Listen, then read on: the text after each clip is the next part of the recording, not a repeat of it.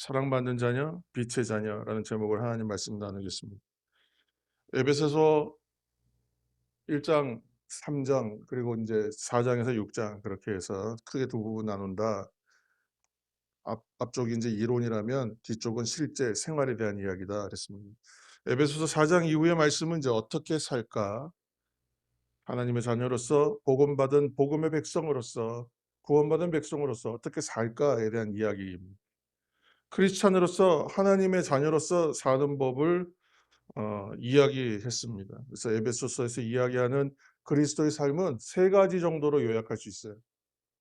사실 에베소서 좀 많이 복잡한데 로마서는 더 복잡하고요. 근데 로마서나 에베소서 읽어가면서 구조, 전체 내용 좀 요약을 먼저 읽고 그렇게 해서 말씀을 보시면 말씀이 훨씬 더 쉽게 들어온다는 것입니다. 에베소서에서 이야기하는 그리스도인 삶에 대해서 세 가지로 얘기할 수 있는데 첫 번째는 하나 되게 하신 것을 힘써 지키라는 거예요. 하나 되라. 교회론이라고 그랬잖아요. 하나 되는 것. 둘째는 거룩하라는 것입니다. 그리스도로 옷 입는 것 얘기했어요. 새 옷 입는다 그랬어요. 새 옷을 입을 때에는 몸 씻고 몸 더러운 채로 입지 않습니다. 옛날 옷 입고 그 위에 껴입지 않습니다. 우리 그렇게 나눴습니다. 그래서 옷 입으려면 벗어버리고 씻어버리고 새 옷을 입는 것이다. 새 옷에 걸맞는 생활이 거룩한 생활이기 때문에 거룩하라. 그리고 셋째가 뭐냐면 성령 충만하라는 것입니다. 성령 충만하라. 나머지 전부 성령 충만에 대한 이야기예요. 그렇게 생각합니다. 왜 그러냐? 앞서 말한 이 두 가지로 대표되어지는 하나됨, 거룩함 모두 다 성령 충만해야 할 수 있는 거거든요. 그렇게 살 수 있는 거거든요. 그래서 성령 충만함이 이러한 삶의 원동력, 에너지가 되기 때문에 그렇다는 것입니다. 그래서 오늘 이제 5장에 이제 성령 충만함에 대한 것을 이제 두 가지로 표현하고 있어요.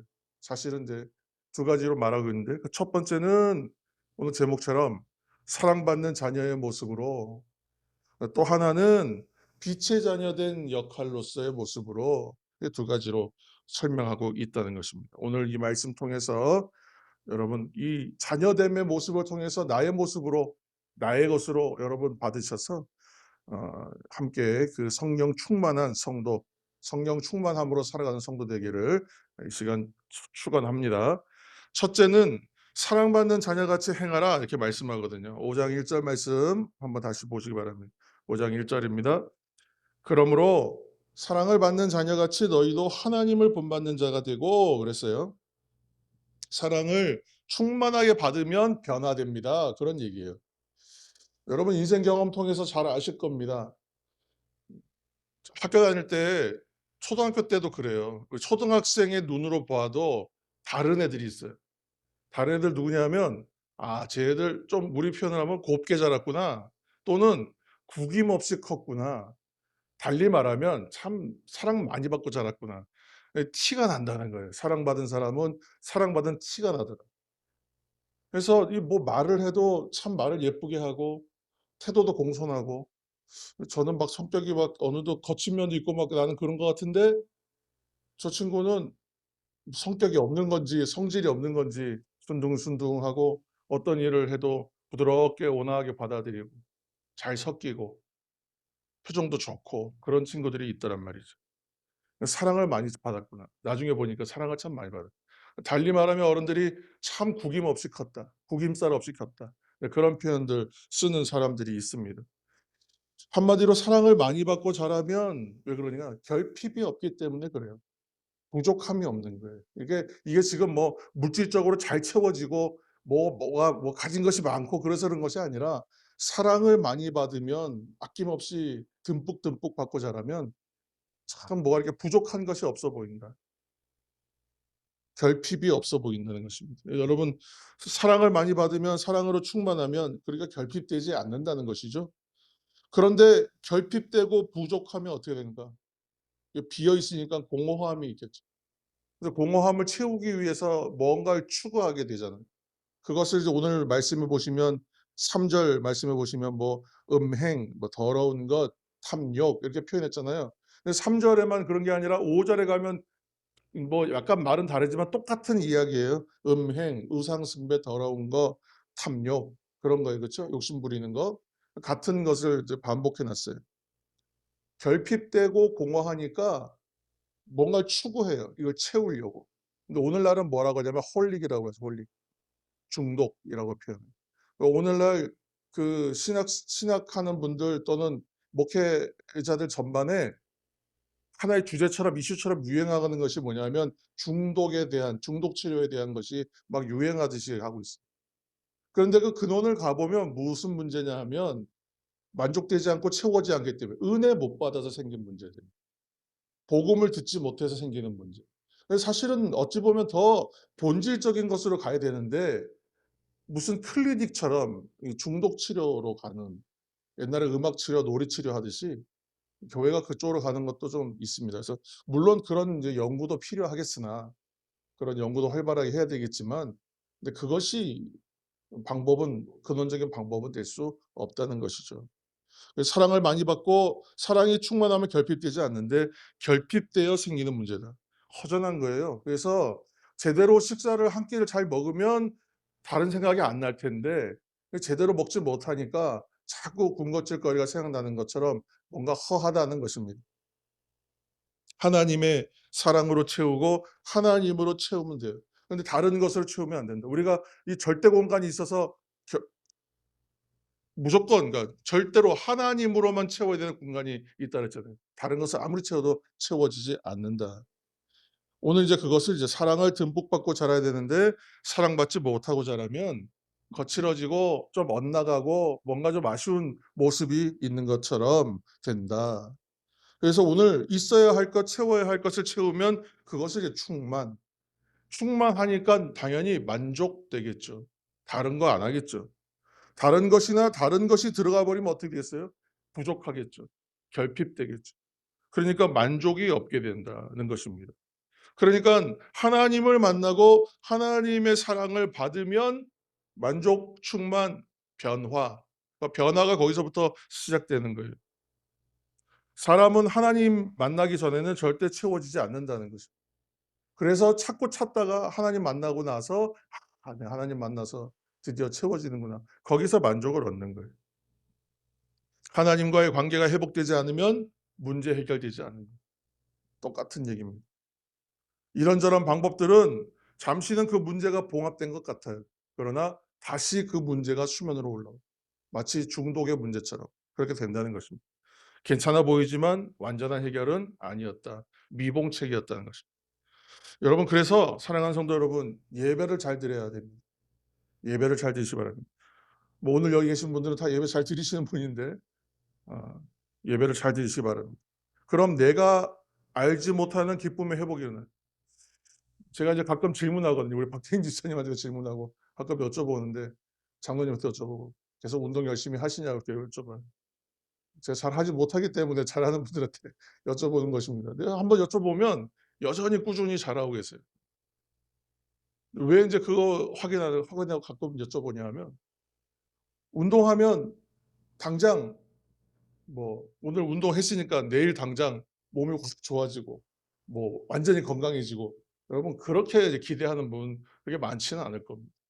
근데 꾸준하게 하고 있으면 어느 날부터는 내 몸이 유지되고 있고 더 나아지고 있고 좋아진다.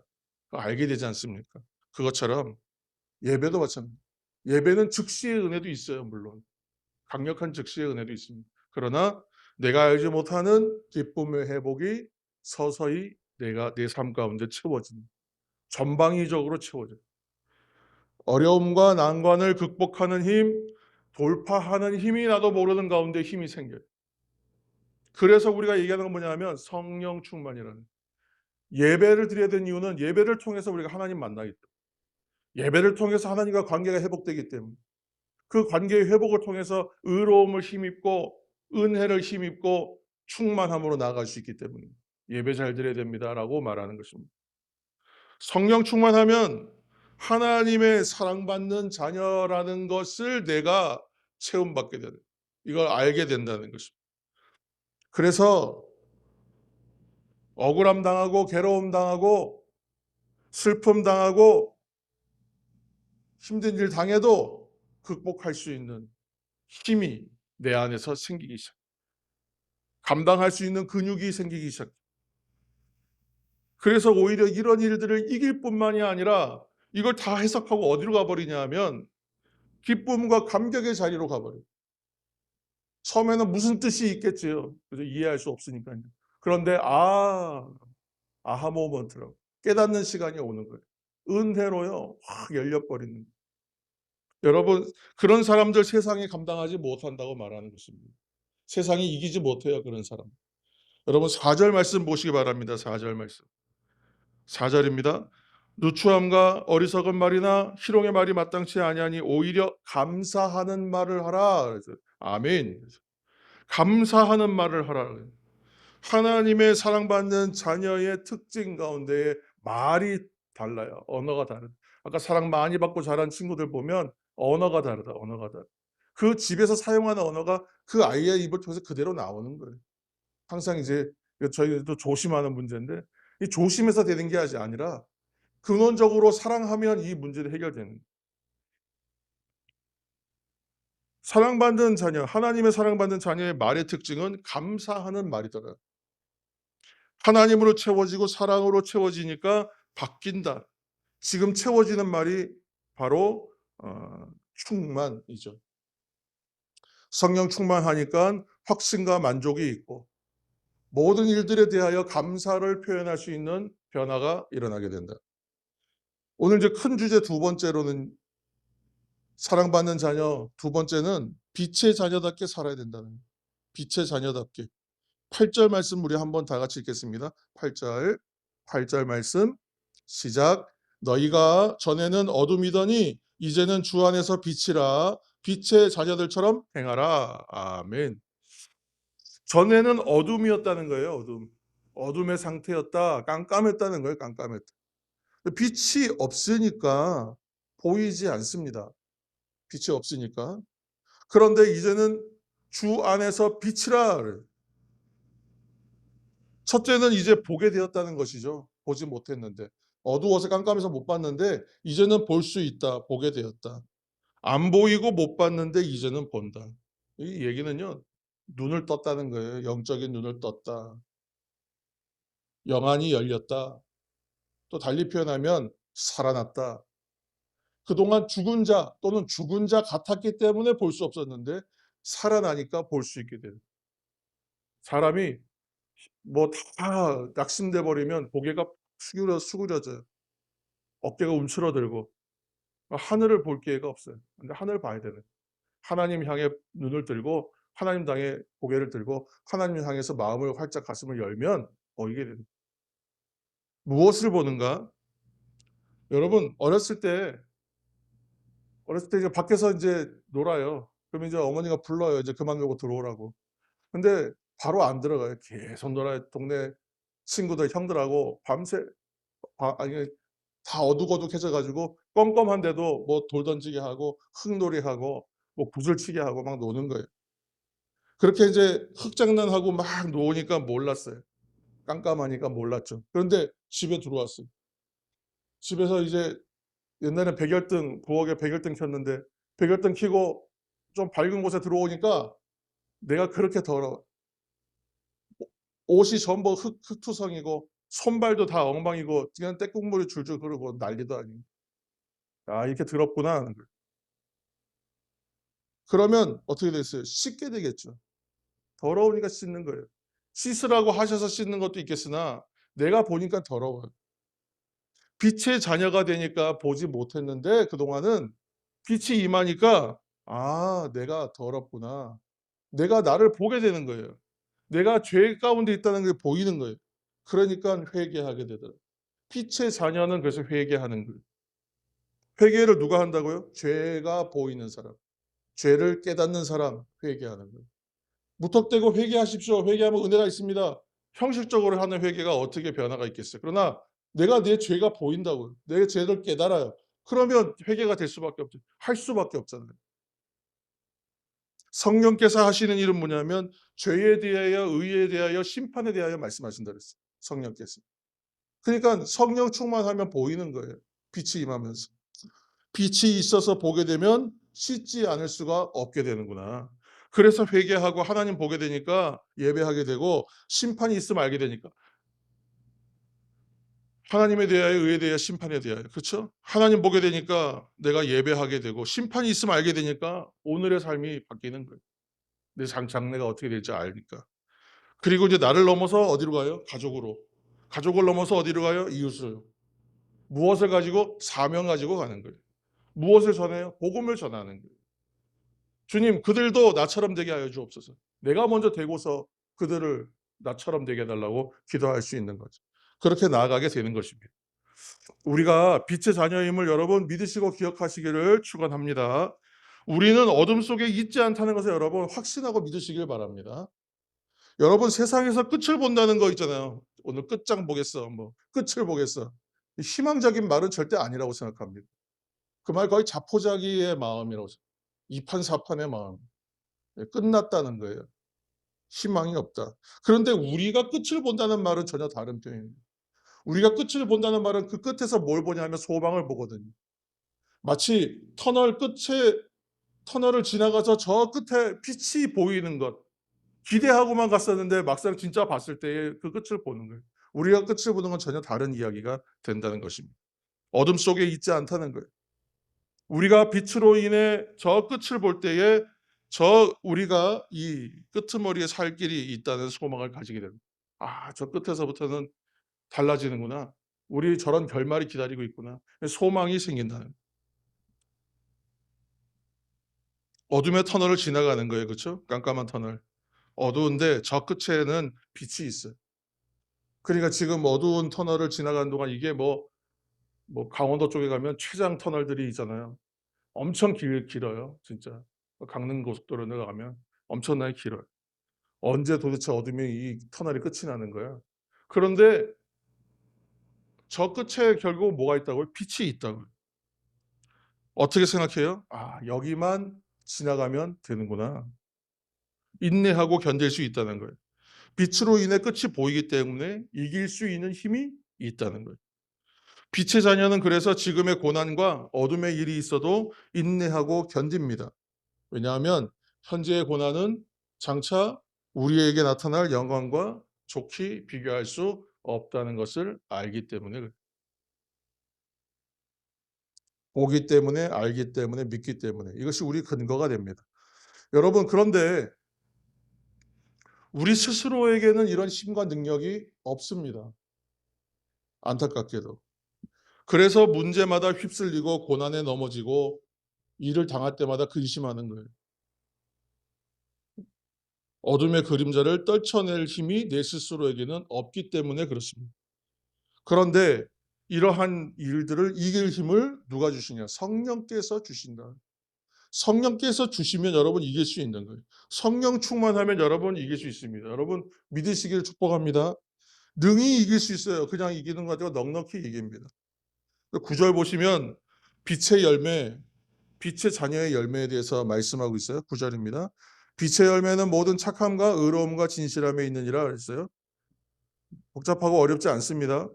착하다. 하나님이 선하시다는 거예요. 하나님이 선하시니까 우리들도 선한 열매가 있어요. 의로우신 하나님이에요. 의로우신 하나님. 의로움은 하나님의 의로우세요. 그러니까 우리를 의롭게 봐주세요. 디카이온에 우리를 의롭다 봐주신다. 이 얘기는 뭐냐면 관계가 회복된다는 뜻이에요. 관계예요. 하나님과 우리가 관계가 회복된다. 세 번째, 진실은 뭐예요? 진실. 거짓이 없는 상태. 빛의 자녀된 성도들은요, 이렇게 된다는 거예요. 착함과 의로움과 진실함의 열매가 있는 삶이다. 이런 능력으로 살게 된다. 그래서 빛이 임하면 첫 번째는 나 자신을 위해서 좋은 거잖아요. 나 자신을 위해서 빛이 필요해요. 그러나 두 번째로는 우리 가족과 이웃, 우리 대상을, 우리의 상대들을, 우리 반대편에 있는 사람들을 위해서도 반드시 필요한 거예요. 빛이 임하는 것이. 탈무드에 보면 이런 이야기가 나와요. 랍비가, 어떤 선생이 앞을 보지 못하는 시각장애인이에요. 맹인이에요. 맹인에게 밤에 얘기하다가 밤에 돌아가게 되었는데 그 사람한테 등불을 하나 줍니다. 이 등불 들고 가라고. 밤길이니까 등불 들고 가라. 이게 앞에 시각장애인이잖아요. 이분이 의아한 거예요. 이게 말이 되는가 싶어 가지고 질문해요. "아니 나는 어차피 앞을 보지 못하는데 제가 등불이 왜 필요합니까?" 그래요. 그러니까 이 랍비가 뭐라고 얘기하냐면 "이건 자네를 위한 것이 아니라 다른 사람들이 자네를 잘 피해 가라고 주는 거라고." 그렇게 얘기해요. 지혜가 있죠. 그렇죠? 나를 잘 피해 가라고 빛을 가지고 가라는 거예요. 등불을 들고 가라. 그런데 밤에 이 등불 들고 다녔어요. 그래서 이 사람이. 근데 어느 날 등불 들고 가는데 누가 와서 툭 부딪히는 거예요. 내가 분명히 등불을 들고 가는데 저 사람한테 뭐 왜 부딪히는가 싶어 갖고 화가 났어요. 왜 도대체 다시는 등불도 안 보이느냐? 왜 나에게 부딪히느냐? 그렇게 얘기하니까 아니 당신은 지금 등불이 꺼졌다는 것도 모릅니까? 그렇게 또 말하더라는 거예요. 그러니까 '아 지금 내가 들고 있는 등불이 꺼져 있구나.' 그때서야 알게 되는 거예요. 이것도 하나의 교훈이 있겠죠. 볼 수 있어야 된다는 거예요. 볼 수 있어야 된다. 빛이 있어야 되지만 볼 수 있어야 되는. 내 등불이 꺼졌는지 켜져 있는지도 모른다면 무슨 의미가 있겠어요. 여러분 빛은 그래서 또 나를 위해서도 필요하지만 우리의 이웃과 우리 가족을 위해서도 필요하다는 것입니다. 운전할 때 여러분 주행등 낮에도 주행등 켜라 그러잖아요. 왜 그렇습니까? 안전을 위해서. 나의 안전을 위해서 상대의 안전을 위해서 그렇게 하는 거잖아요. 그런데 그리스도인이에요. 빛의 자녀예요. 빛의 자녀로서 살아야 되고 빛의 자녀의 역할이 있어요. 그런데 영적인 잠을 자고 있어요. 맨날 자고 있어요, 영적인 잠을. 그러면 어떻게 될까요? 내가 영적인 눈을 감고 있어요. 그럼 어떻게 될까요? 빛 가운데 있는지 내 등불이 켜졌는지 절대로 알 수가 없습니다. 나를 위해서도 아무 역할을 할 수 없고요. 다른 사람을 위해서도 아무 역할을 할 수 없어요. 빛의 자녀로서 살아야 되는데 내가 먼저 빛을 받은 자로 살아야 되고 내가 또 빛의 역할을 해야 되는데 둘 다 못한다. 아무 소용이 없는.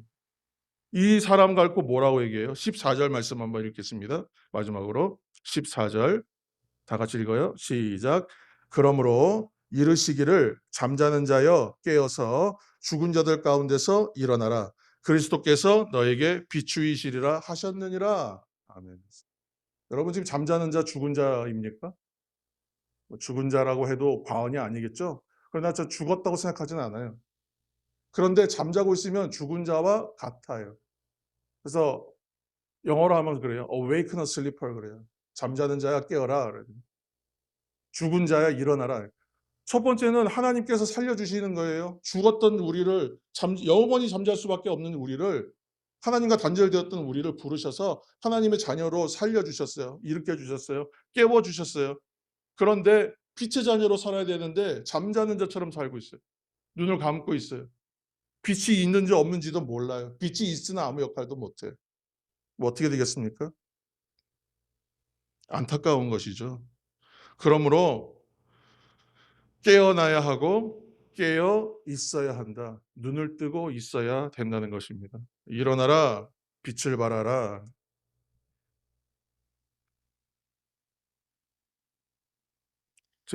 제가 자란 모교회에서 고등부 시절에 학생들이 일어나라, 빛을 발하라 이 미니 칸타타를 한 적이 있어요.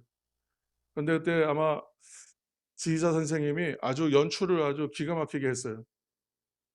일어나라, 빛을 발하라가 갑자기 뒤에서 들려요. 저 2층에서. 거기서 인제 한 사람이 노래 부르면서 나와요. 그러면 여기서 한 사람, 여기서 한 사람, 여기서 한 사람 다 같이 합창을. 이게 잊을 수가 없어요. 근데 중요한 것은 뭐 그 구성이 아름답고 소리가 아름다웠던 것도 좋지만 그 메시지가 기억에 나는. 일어나라 빛을 발하라. 그러니까 한 사람이 일어나. 촛불 들고 한 사람이 빛 들고 일어나고 한 사람이 빛 들고 빛이 막 일어나는. 나중에 빛이 다 일어나요. 촛불 다 일어나니까 너무너무 예쁜 거예요. 아름다워요. 여러분 일어나라 빛을 발하라 말씀하시거든요. 우리 다 같이 일어나서 빛을 발할 수 있는 교회와 성도가 되기를 이 주일 예수님의 이름으로 축복합니다. 생명을 생명되게 만드는 능력의 역사가 거기서부터 일어납니다. 이 성령 충만이에요. 성령 충만한 하나님의 종들은 하나님의 사랑 듬뿍 받는 사람들이고 여러분 사람 보지 마십시오. 하나님 바라보시기 바랍니다. 하나님 바라보시면 만족이 있습니다. 사람으로서는 실망밖에 없어요. 여러분, 하나님의 사랑을 듬뿍 받는 사람, 공허함이 없는 만족, 충만함이 그 가운데 있습니다. 충만하면 관계는 회복된다. 어둠의 그림자는 즉시로 떠나간다. 성령 충만함으로 나아가고 늘 깨어서 예배와 기도로 이 2025년 마지막 여름의 끝자락에서 승리하는 빛의 자녀, 사랑받는 자녀 모두 되시기를 예수님의 이름으로 축원합니다.